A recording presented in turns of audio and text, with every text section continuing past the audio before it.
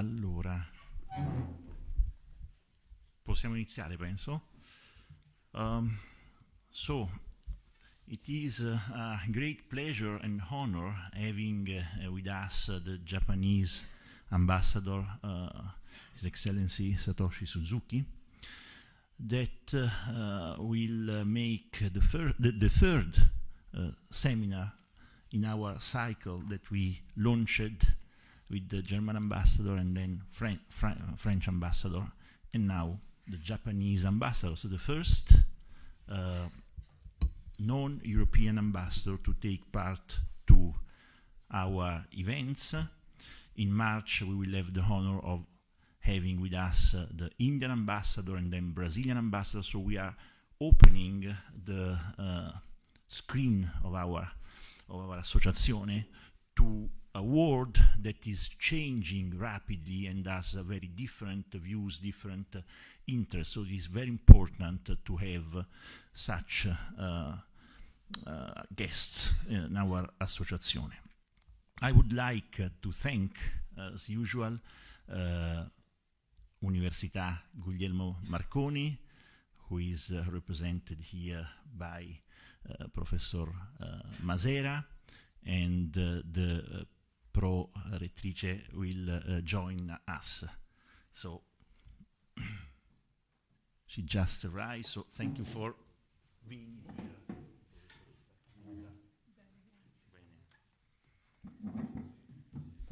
So I think that Giappone, la professoressa Gelfo,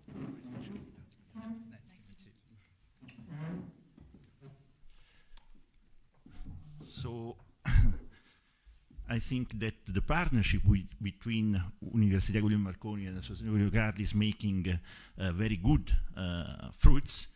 And today we will give floor to the Japanese ambassador that will be focusing on mainly on economics issues.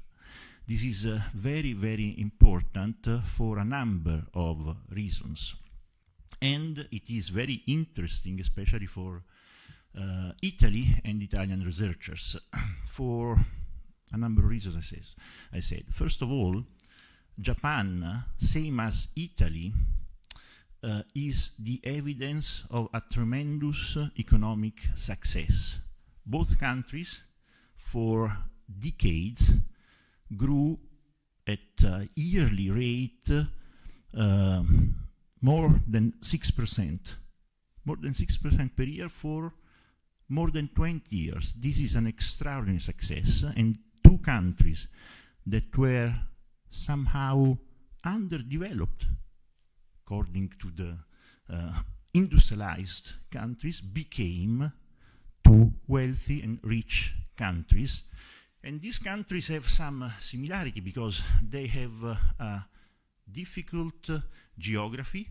Japan is an island, as large as Italy, more or less. We are a peninsula with Alps that are making us kind of isolated from the rest of Europe, no natural resources. And so the two countries made their own success by the creativity of the entrepreneurs, Italian entrepreneurs, Japanese entrepreneurs, and by the ability of Japanese workers and Italian workers to be able to compete on the international arena. And this proves that when countries are, the economic policy of a country is managed properly, the economic success is possible. However, in both countries for the last 30 years, 3 decades, this tremendous growth capacity disappeared. So for 3 decades, these two countries are not growing any longer. The population is becoming older and older in both countries, so there are some similarities. But I think there are also different explanations for this lack of growth of these last 30 years. In Japan, there are signs of a different now future. So it seems that the Japanese economy is starting to grow again, and a Japanese ambassador will be focusing on all these aspects. The last thing that make me very happy of having the ambassador here is that the relationships between Italy and Japan are traditionally very positive. The Bank of Italy, since the 60s, used to make constant visits to the Bank of Japan, and there are traditionally excellent relationships that have been made stronger and stronger by the fact that in the international forum, the two delegations sit one close to the other, because I and J are one close. So there are also personal relationships that are very important in making a better understanding of each other. And these two countries that have some similarities have profound differences in terms of culture, and of course all the countries are beautiful and have some interesting things to show, but I don't know whether you have been to Japan. I believe that Japan is one of the most fascinating countries that I've visited so far, and so it's very, very interesting to me now listening the ambassador for his speech. But before giving floor to him, I would like to give floor to the pro-rector for the institutional welcome to the ambassador. Thank you so much. And it's a great pleasure for me to welcome everyone, and in particular the ambassador. Thank you.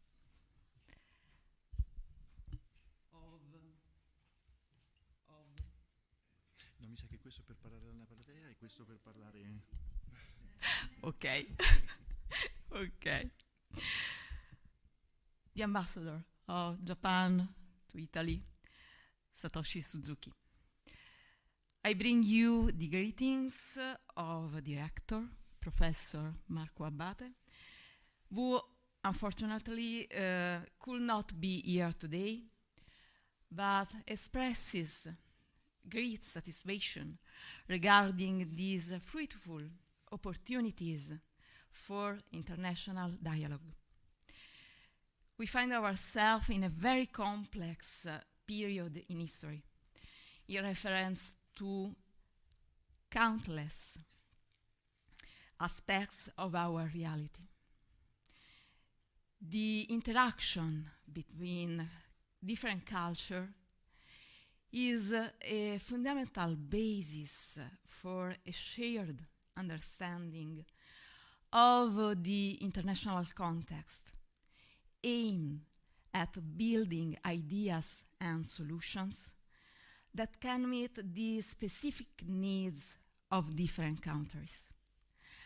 Analyzing and reflecting together on the times we are living is essential for constructing a better future. Also, I'm extremely happy to know that many young people are participating in these meetings.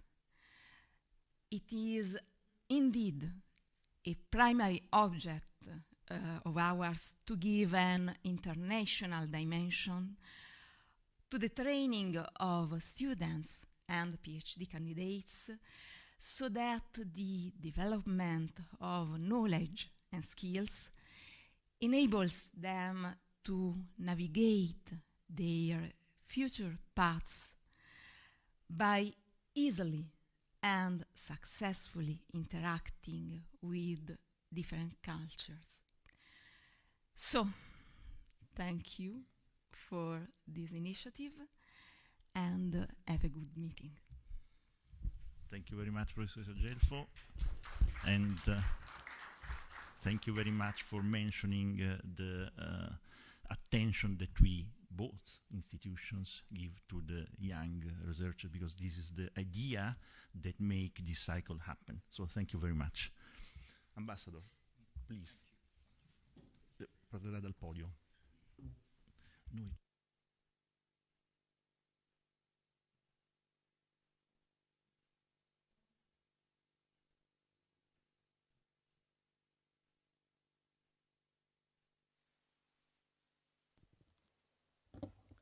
Well, thank you.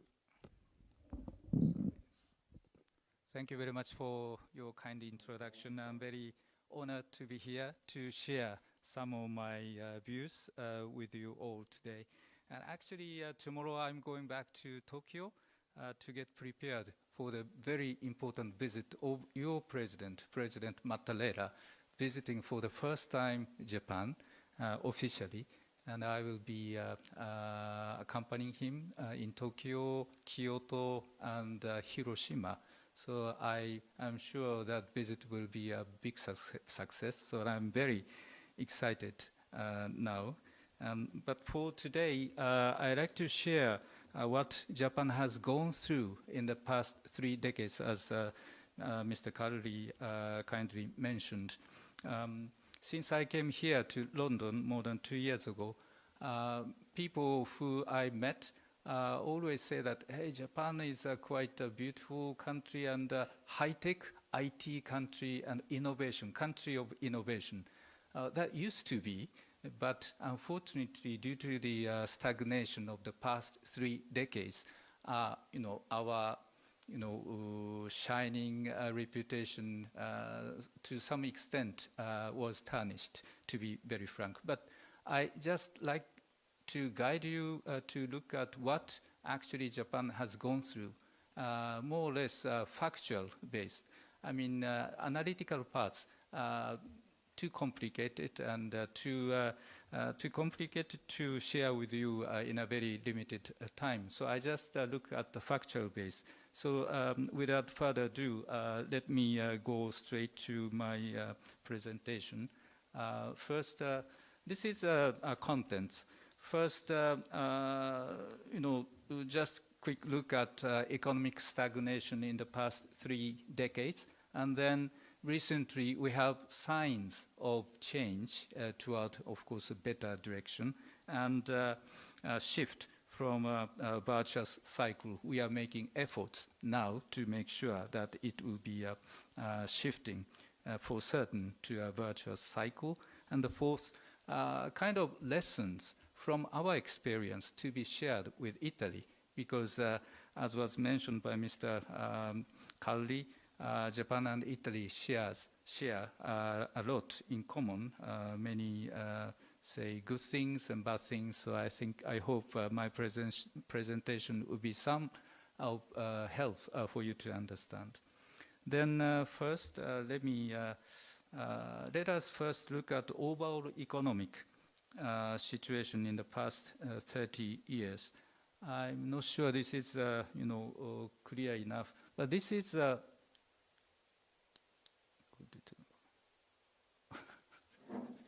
okay, never mind.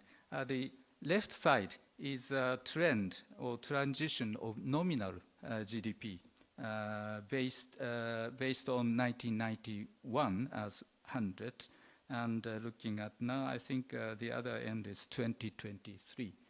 And Japan is the bottom line, black line, more or less horizontal, whereas the US is the top, more than 4 times, in the 30 years. This is because of the burst of bubble economy, so-called, in the early 19th. The Japanese economy since then has stagnated. And Japan is the only G7. This is a comparison among G7 countries. G7 countries where nominal GDP as well as CPI, the right-hand side graph is showing transition of CPI, Consumer Price Index, among G7 countries. Again, Japan is at the bottom, not more or less increasing. And the US on top, more than double. And Italy, I think, close to US number 2 in terms of CPI. The prices got doubled in these 3 decades. And next page, you can see the nominal wages increase and investment. Left side is wages increase among G7 countries. Again, Japan is at the bottom, the black one. It did not even increase when it comes to wages. Italy, in your case, it's more or less doubled. I think in the middle, orange line is representing Italy. And the US tripled in terms of wage increases. And investment, right-hand side, nominal investment increase. Again, Japanese investment did not increase, whereas other countries like Canada on top and the US second, they are more than 4 times, UK more than 3 times, Italy more than twice. So this is clear indication that Japan has been lagging behind other G7 countries. And next slide, this is about price change, focusing on price changes to indicate distribution of price changes. This is just snapshot of 2019. How spread, distributed the price increases. The left-hand side is indicated Japan's case. The median line, the most frequent price change is focusing on 0, namely virtually no price increase. Whereas in the case of the United States, it's the median line is plus 3%. So at this point, 2019, the most frequent price increase is around 3% in the case of US. And the Eurozone, the right-hand side, it's around plus 1%. So, gradual price increases have been observed in other countries, whereas Japan has not seen any increase. So next slide. This is, I'm not sure you can clearly see. This is a conceptual dialogue to show how vicious cycle, what we call cost-cutting economy, worked. You can start whichever, from the top or from the bottom. But anyway, from the top, deflation of 0, inflation becomes norm, kind of. Then companies do not raise selling prices because, selling prices of goods and services because, consumers do not buy it. Then cut production cost by deferring wage raises or investment to survive competition among domestic competitors or against foreign competitors. And then, because of this low wages, households cannot make good consumption without wage hikes because disposable income has not, does not increase. And on the other hand, companies, of course, companies' competitiveness or productivity does not really improve without investment, domestic investment. Then, as a result, the overall economy stagnates. Then we go back to the first one, then deflation or increase. So this is a kind of, cheap cycle of cost-cutting economy. And let me show how cheap now Japan is. Many people use Big Mac index. In Japan, last November, Big Mac, you can buy it at $3.19 US, 3.19, whereas in the US, 5.69. And in Europe, in Eurozone, $6.06. Tokyo 3.19. That is a, cheap country, and even Korea, even China sells Big Mac at a higher price. As you remember, Tokyo used to be a very expensive city in 1990s. Perhaps among 5 most expensive cities like New York, Paris, London. But unfortunately, these days, Japan or Tokyo is ranked 49th because of this cost cutting and vicious cycle. Then as a summary, let us look at this chapter. Japan's economy hasn't grown for 3 decades. Not only GDP, but also prices, wages, and investments, they have not increased either. So as a result, deflation becomes a norm, and Japan has been entrapped in a vicious cycle of cost-cutting economy. And I said at the outset that I do not go into details of analysis why this happened, but perhaps many of you may have questions why wages did not increase or companies did not increase investment. There are many different views.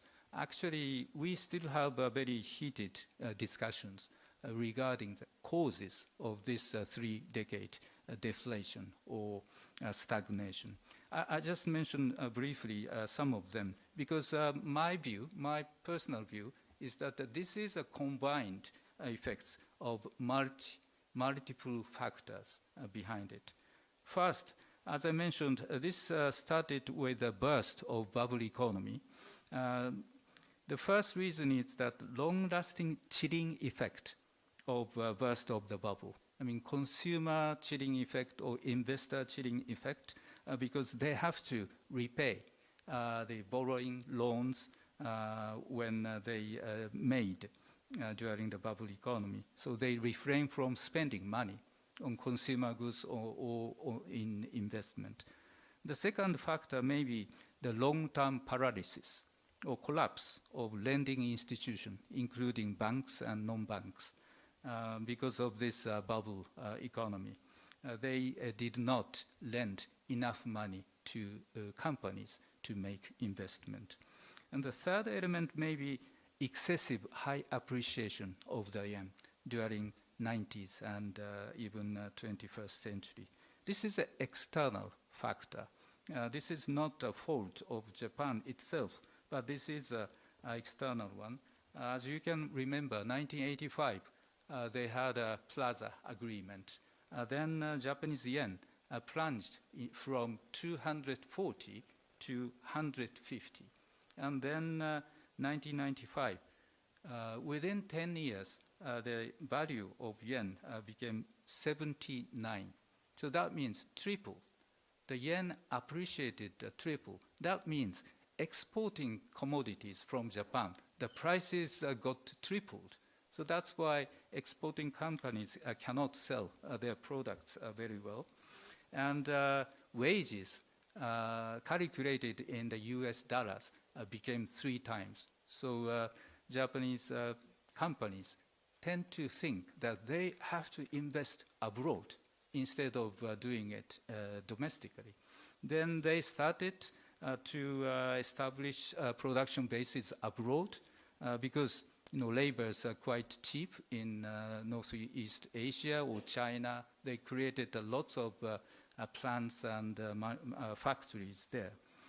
And of course, this has another negative impact. But anyway, this law, in addition to this, Japanese companies did not make enough investment in capital, labor capital, I mean human capital or capacity building, or reskilling of employees or even IT area during this past 30 years. Again, they have to keep their internal reserves to maintain a good financial status instead of spending money for their employees. that had a negative impact of increase of productivity. And perhaps another reason is that strategy failure of the Japanese companies. This is my personal view. Japan tried to compete with emerging Asian new economies like China, Korea, Thailand, Vietnam even, for cost-cutting products. Rather, like US or Germany, we should have taken a route to produce high value-added stuff rather than cutting prices of daily commodities, because this is not really making our economy bigger. And of course, another factor could be low labor distribution. This is quite a unique phenomenon to Japanese economy. This is the reason behind why we maintain the low wage level.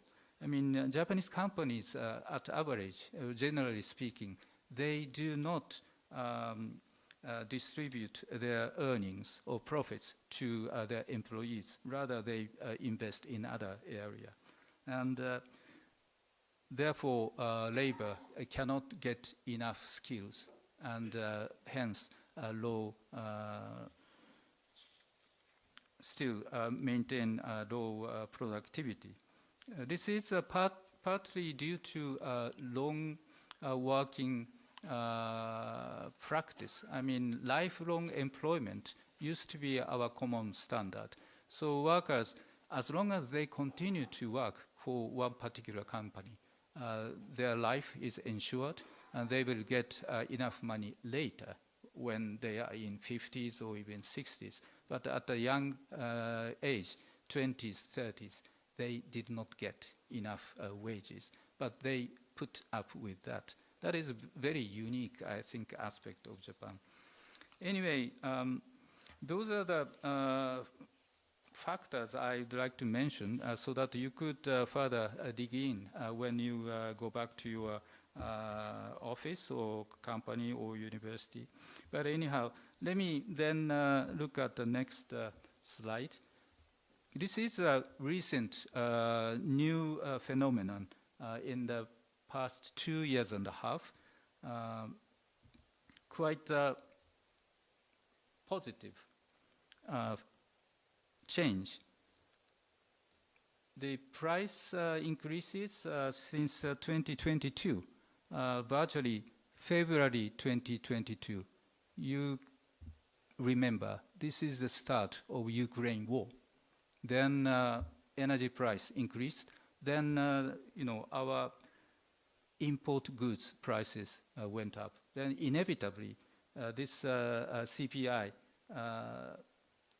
before 2022, it did not reach 2%. 2%, incidentally, was a target inflation rate set by central government of Central Bank of Japan, but they haven't achieved it until 2022. Then, because of this external factor, high oil prices or other energy prices, then the CPR reached 2% and then went beyond. And very fortunately maintained it in the past 32 consecutive months. This is a new phenomenon. Give us some hope that we could finally get out of stagnation, vicious cycle. But please look at this slide. We did have similar, short-term spikes of CPI before, during the past 3 decades, like 1997 or 2008 or 2014. But as you can see, the prices went back to the lower level very shortly. So the price increases did not continue. So this is a very vicious aspect of trap of stagnation cycle. And if we look at the next slide,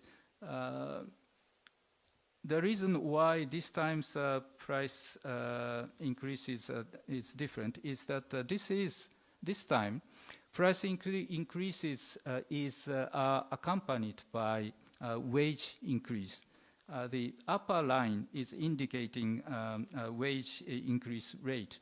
As of 1990, it was 5.66. Well, then going down, and then last 2023, 3.58, and then 2024, last year, 5.10. This is an agreed basis on negotiations. And CPI from 2.9, 1990, then ups and down, then as of 2024, as of 2023, I think 3.1. So this indicates that this time's price increases are different from previous one, and we could have a hope. And actually, this 5.1 wage increase is the highest level in the past 33 years. And next slide is, this is a little bit technical one, but this is a comparison with the previous price change distribution. But the point is, you can take a look at the red line. The peak is in the positive domain, not zero or not negative domain. So price increases are widely distributed these days. This is a snapshot of 2024 August. So this shows that not only energy prices and import commodity prices, but also other commodities prices are increasing now. So to sum up this section 2, now recently Japanese economy started to show signs, just signs. So we have to make sure that this will be materialized eventually.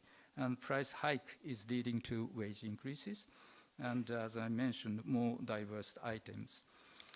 Then what our government is doing.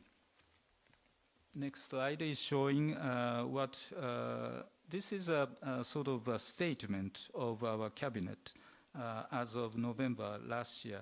Japanese economy is now a crossroads, whether it can break from previous long-lasting cost-cutting economy and can shift to growth-oriented and high-value economy driven by wage increases and active domestic investment.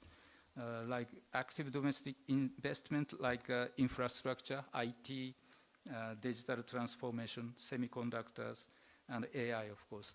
They are the industries or sectors which could lead our economy back to the previous level. And next slide, again, this is a conceptual diagram regarding growth-oriented and high-value adding economy. Perhaps there is no need to explain further. Once price increases have been assured, then companies can raise wages and investment, and they have positive impact. This is a chart. And then let me move to government measures to push and to make sure a shift to a virtuous cycle, a virtuous cycle.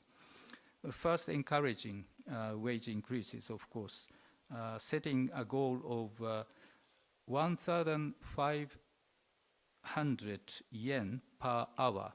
This is roughly calculated 9.3 euros per hour. This is a minimum wage level by the mid-2030s. I understand that in Italy, you tried to set minimum wages 9 euro last year, but they failed to have agreement on that. So this is a very sensitive figure, I think, even in Japan. And of course, we need to improve gender pay gap. Unfortunately, in Japan, we have a gap between payments for female workers and male workers. And I'm sure Italy too. in our case, 21.3% difference between female payment and male payment. That is quite awful. That I think at this moment we should address this issue in order to encourage more women, capable women, to join our economic activities. And then second category is price or cost pass-through. I mean, companies previously tried to push the cheaper stuff to their subcontractors or affiliated companies instead of raising the prices of commodities or services. But a government will strictly enforce Anti-Monopoly Act by pushing those companies to really pass through the labor cost to their commodity prices. And they make activities more strict, and they will issue some warnings to companies that did not adhere this guideline or policies. By the way, in Japan, guideline or advice by the government agencies are really effective. Normal people really observe and companies observe. So it's more or less like a legal tool for the government, which is again quite a unique factor. But anyhow, the next slide. The first one, left-hand side, is what we have seen at the outset, nominal GDP. The Japan is at the bottom. Then right-hand side, real GDP. Not very much different, but this time, Japan and Italy are quite similar in terms of real GDP. And if we take a look at the next slide, this is real GDP per capita on the left-hand side. Then Japan is a bit better than Italy. Italy, unfortunately, at the bottom. When we calculated per capita, per workers in terms of number. But still, Japan and Italy are lower than other G7 countries. And then real GDP per hour worked. What would happen? This is right-hand side. Now, Japan is not really bad. I mean, in the middle, only next to US and UK. Japan is third. If we look at real GDP per hour worked. But in case of Italy, unfortunately, Italy now is the bottom. This has something to do with labor productivity, the last one.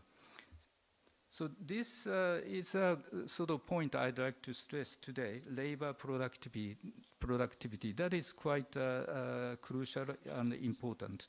And if we take a look at the next slide and left-hand side, this is hour worked, actual hours worked. The bottom line is Japan, black one. So total worked hours has been decreasing in the domain of minus, I mean negative domain. It's quite clear. Real GDP equal per hour labor productivity multiplied by actual hour worked. This is labor input. Even though labor productivity is not bad, but actual hour worked is low, then real GDP cannot go up. This is a quite simple equation, I think. So question is the labor input. Why labor input did not increase accordingly? So next slide is showing the major factors. The first one is, getting out of norm. That is what I explained. The second point, decrease in labor input is due to declining birth rate and aging population. That is quite commonsensical. And this factor is common to Japan as well as Italy. And what can we do? The next slide. is talking about measures to address this decline in labor input. Of course, first option, increase labor input. We can take internal solution, like encouraging birth rate or employing more senior citizens after retirement age, or employing foreigners, like immigrants. But that would have a political or domestic impact. So I think the second option, increase labor productivity, is a feasible and realistic approach to address this issue shortly. And next slide, this is a bit technical one, but just one word. This is a labor-saving investment. If we invest in certain areas like robotics or automation, IT, they can save this percentage. Overall percentage is 16.6 on the left-hand side, labor saving investment. And the specific examples are shown in the next slide. This is, of course, facilitating wider use of AI, robotics, and other automation technologies. Because this has immediate impacts or effects. And of course, for SMEs, they are not really have expertise in those areas. I think government or other big companies should give consultation or advice or support to make investment in those areas. But in case small SMEs, they cannot do this, I think they have to get out of the business. I mean, this exit strategy needs to be implemented. This will have exit effect on overall economy. In the past, Japanese society was quite nice, and they tried to save those companies whose performance was not really good. But in order to save them, just give subsidies and other means. But in terms of proceeding with structural reform, I think non-performing SMEs should get out of the market. That is a very cool statement, but that is a theoretically right approach. The small examples are here. Delivery robots. This is quite good for rural area. Only senior citizens are living, but they order goods and services by e-commerce. Then delivery persons cannot reach out those small villages. Then automatic delivery robot can be used. Or at the right-hand side, this is showing automatic guided towing tractor, which are used in the airports. This tractor is pulling or pushing airplanes at the airport. This is an automated one. Very dangerous, dirty, and hard works will be replaced by robotics or automation. So this is, I think, future measures to address the issue of lack of laborers or shortage of work hours. So in summary, Japan's stagnation has been partly because, I'm not saying that this is entirely because of the decline in labor input, but obviously partly caused by decline in labor input due to aging population or low birth rate. By the way, you cannot change birth rate easily, or even if you can raise birth rate from now 1.2 to 2.0, it will have actual impact only after 20 years or 15 years. It's not the immediate solution. And so I think this is a common issue for Italy and Japan, and, namely improving productivity and innovation, introduction of innovation and DX. And I think for these areas, there are plenty of potentials for our two countries to collaborate and to cooperate. Thank you very much for kind listening.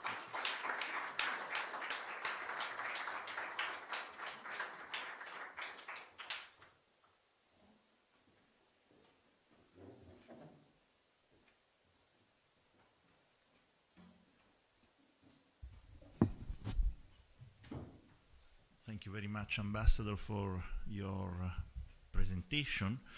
I believe that especially economists, Rainer Masera, so Luigi Paganetto, have many things to ask and to discuss with you, because I really think that the last points, the productivity issue is key, and the investment as the solution for this issue is exactly the same that we have here in Italy.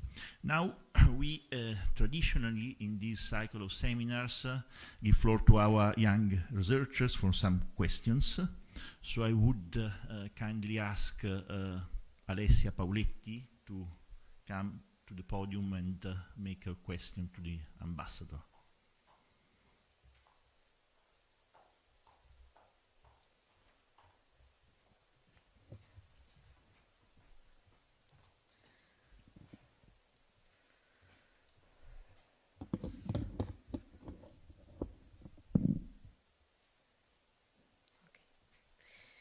So, given the structural changes caused by the macroeconomic scenario, what are the future measures of the central bank to counter inflation in Japan and stimulate the economy?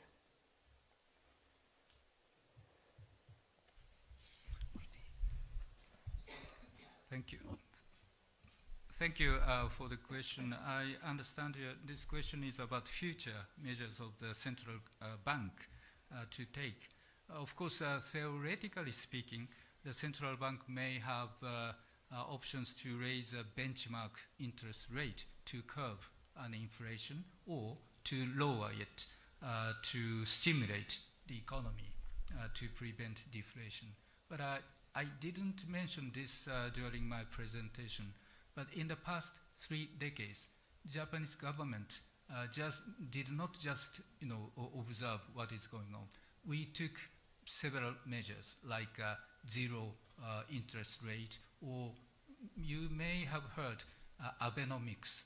This is a combination of easing financial policy and very bold government spending together with structural change. It was announced 2013.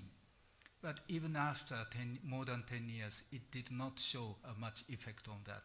So to be honest, as I mentioned, there are options, but we did use it, but it did not have expected result or impact. And as I mentioned, Japan's economy is a very critical point, critical juncture, whether or not we could get out of this vicious cycle. And we have to make sure this trend of increasing CPI will be continued. So in my view, it's a little bit premature to consider or to talk about inflationary measures at this given moment. For the time being, I think it is quite critical not to disturb economy by artificial interventions, either by the government or the central bank.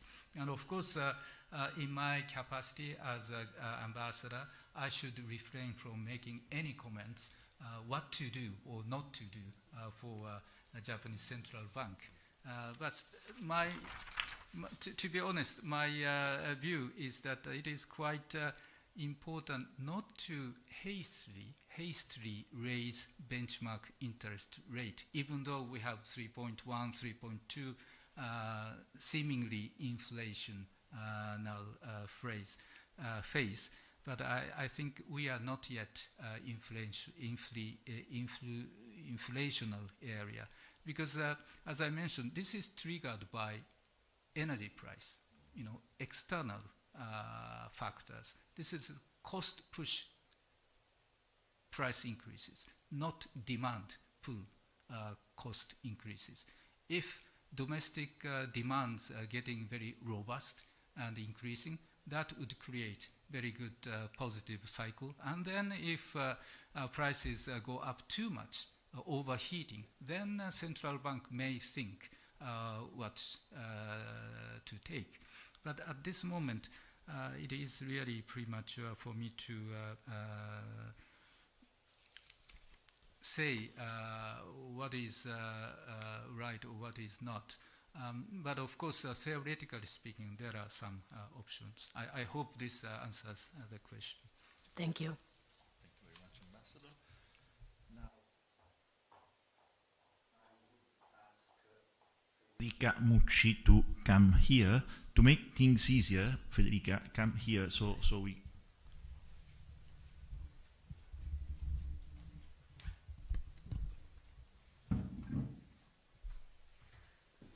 Okay, so thank you very much, Ambassador.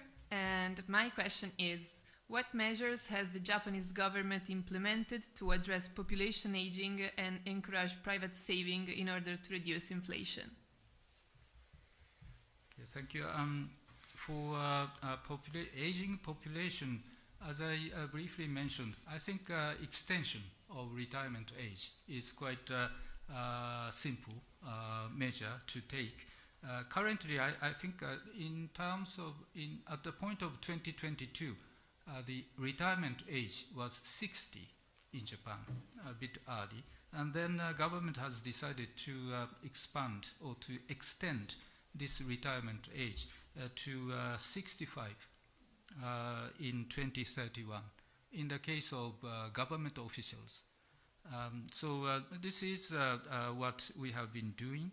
And for private companies, there is a legal sort of obligation that private companies have to employ employees up until the age of 65. Used to be 60 or 62. Now, as of April this year, all the companies have obligations to give working opportunities for the employment up until 65. But in case of Italy, I think government officials can work up until 67 or so. So I think still there is a margin for Japan to extend. In terms of employment of a senior citizen, I have some figures with me. Those who worked between age 65 to 69, I think 50.9% of the total senior citizens are employed now. And between 70 to 74, 33.5% are employed in Japan. But on the other hand, Italy, the former one, between 65 to 69, 13.8%. And 70 to 74 senior citizens, only 3.9%. So I think there is big room for Italian economy to employ more senior citizens if they wish to work or wish to continue to work. And also the second part of the question of private savings, again, this is a situation, that was a situation that individual households had enough savings during this vicious cycle, stagnation. Companies have enough internal reserves as savings during that past. The question is, household did not spend it for consumption and companies did not spend for investment. That was the issue, the causes of the long stagnation. So I think saving, of course, is one of the point, but I think it is more, it should be more encouraged for households and companies to spend more in order to continue to giving stimulus to the economy. So I think at this moment we should not talk too much about saving, and I think 2% or 3% of price increases are comparatively reasonable one, and we should keep monitoring very closely what is going on in the near future. Thank you very much.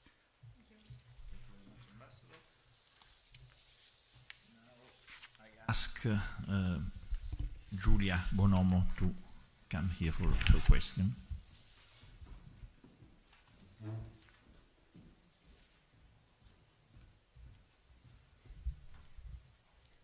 Thank you.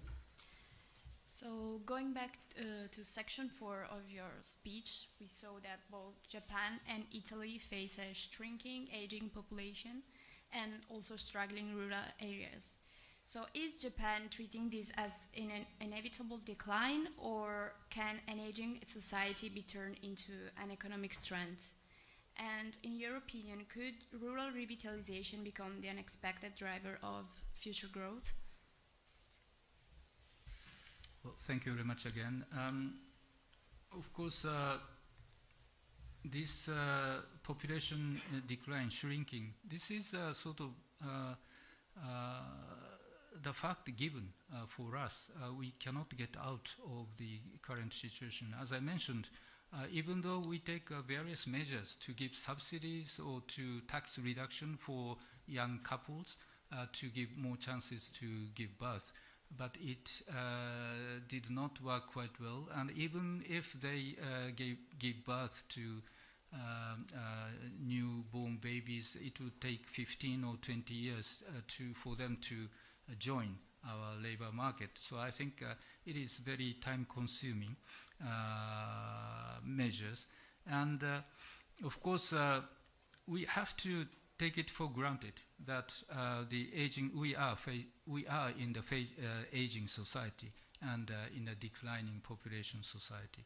Then given that situation, I think what we can do is that, of course, as I mentioned, we should try efforts to increase it. But I think we could take a look at very positively, because Italy and Japan are quite ahead in terms of dealing with this phenomenon, I mean aging society, earlier than other countries. So we could accumulate our views and experiences, taking advantage of that first countries to tackle this. And then some entrepreneurs or startups come with new ideas that dealing with aging society with robotics or technologies like AI-based caregiving machines, or some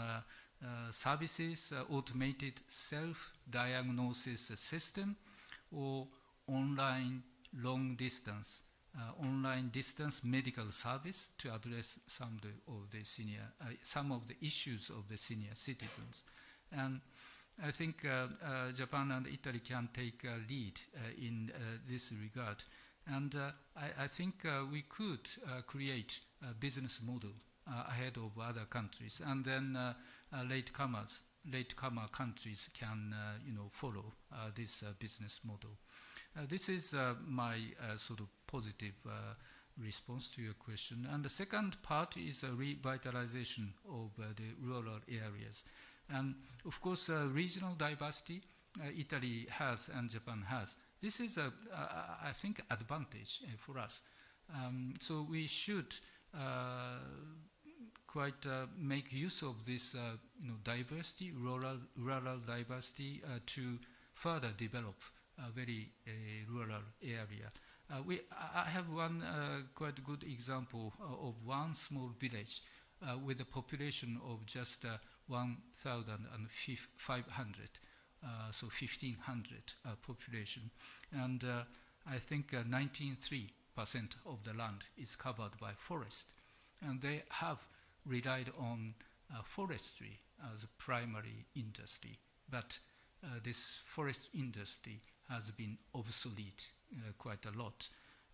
But if they try to continue to sell timbers as they are, they cannot make a good business. But new entrepreneurs came into this village. I heard that 50 local venture business were created to produce value-added processed products out of woods and established a good value chain.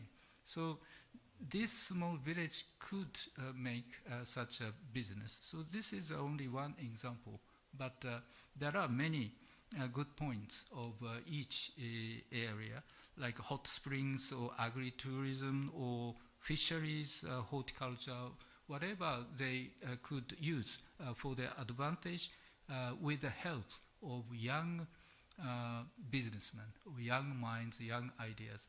I think this is still, we can revitalize our rural areas. That is my view. Thank you. We have a last question, and I invite here Sofia Stefani.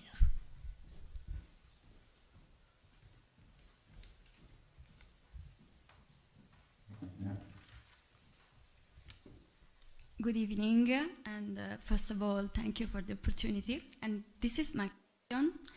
Given the shared challenges of economic stagnation and declining labor input due to aging populations, how can Italy and Japan collaborate to drive innovation and boost productivity through shared investments in AI, robotics, and digital transformation? Thank you very much. As I mentioned at the outset, to be frank, I think there are people who have some delusion about Japan. To be honest, we are not, Japan is not very advanced in terms of robotics, AI, but we are trying to tackle this a little bit belatedly. But I'm sure we can catch up with it very soon. To be honest, we are lagging behind other countries like US or even China in robotics, AI, digital transformation due to lack of investment. As I emphasized during my presentation, we extremely lacked volume of investment in the past 3 decades. Now it's time for us to catch up with other countries. And in my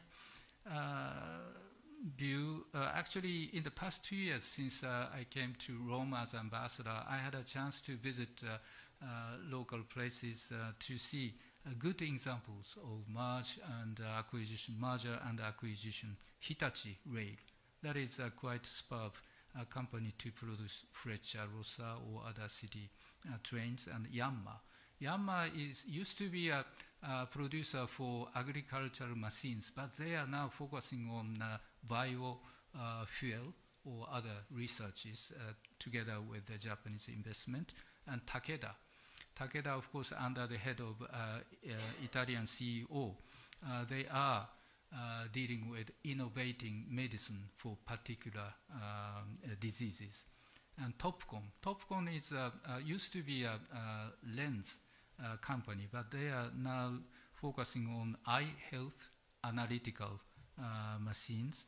And of course, Toray is a textile company, but I think many of you may have heard the Alcantara, that is upholstery for luxurious cars.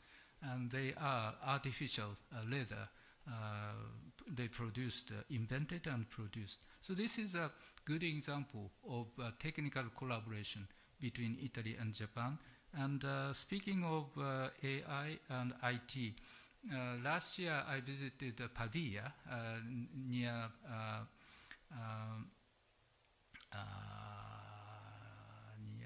Milano, I think, where government, academia, and business of Italy put together their resources to create a hub of IT, I mean chips, semiconductors. And fortunately, Japanese companies, Sony Imaging Laboratory is joining this project. Sony is quite strong in that area. And then even in Rome, I think in some vicinity of Rome, I heard that Sony Computer Science Laboratory which is now focusing on AI application, researching on AI application under the Italian scientist. So I think this is an area that Italy and Japan can further promote to tackle these issues. And one last example is GCAP. GCAP is the project to develop next generation fighter aircraft together with Leonardo and British BAE and the Japanese Mitsubishi. This is a military project, but we are going to build future generation jet fighters from scratch. That will be associated with new inventions and new technologies and state-of-art technologies that would have a trickle-down effect on civil industries. So I'm sure this project up until 2035, this would have a very positive and significant impact on the development of AI, IT, digital areas between Japan and Italy. Thank you. Thank you very much. I think that this afternoon has been really fruitful for us and interesting. So thank you very much, Ambassador. I don't know whether Professor Gelfo would like to tell some concluding remarks.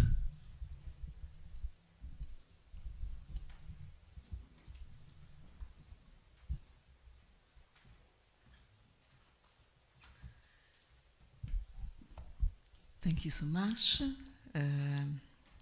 I think that this afternoon, this event has been a very fruitful occasion to our young people, and also for us to listen and learn some of very interesting contents. And so I want to thank the ambassador and all of us. Thank you.